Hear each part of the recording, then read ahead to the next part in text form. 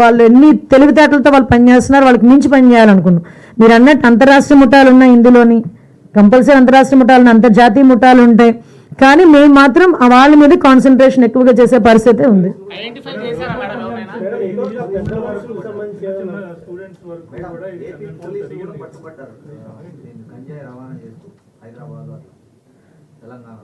ఉంటారండి, ఉంటారు, కంపల్సరీ ఉంటారు. ఏదైనా మేము చెప్తున్నాం కదండి, ప్రక్షాళన అయితే స్టార్ట్ అయింది.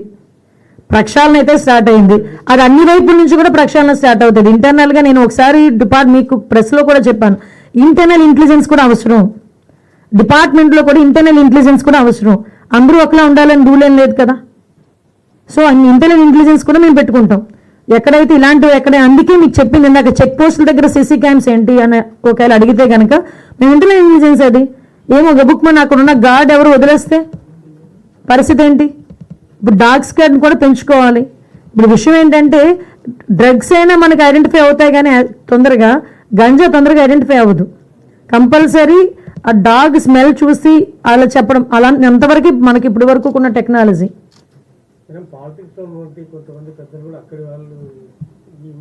సార్ పాలిటిక్స్లో ఉన్న పెద్దలు ఏ పార్టీ వాళ్ళైనా సరే ఉపేక్షించే పరిస్థితి లేదు.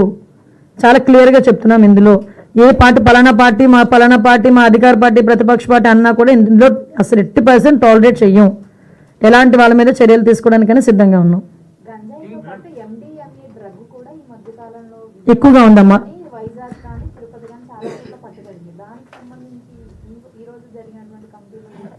యాక్చువల్గా లాస్ట్ టైం మనకి సిబిఐ ఎంక్వైరీకి ఇచ్చారు. అది మనకి వైజాగ్లోని ఇంచుమించుకు ఒక 25,000 కేసెస్ అక్కడ దొరికింది, మనకి డ్రగ్ దొరికింది. దాని మీద కూడా ఇందాక మాకు వచ్చిన డిస్కషన్లో వచ్చిన ఆల్రెడీ సిబిఐ దగ్గర ఉంది. అది ఎంతవరకు వచ్చింది ఏంటనేది అయితే మేము రిపోర్ట్ తెప్పించుకుంటామమ్మా.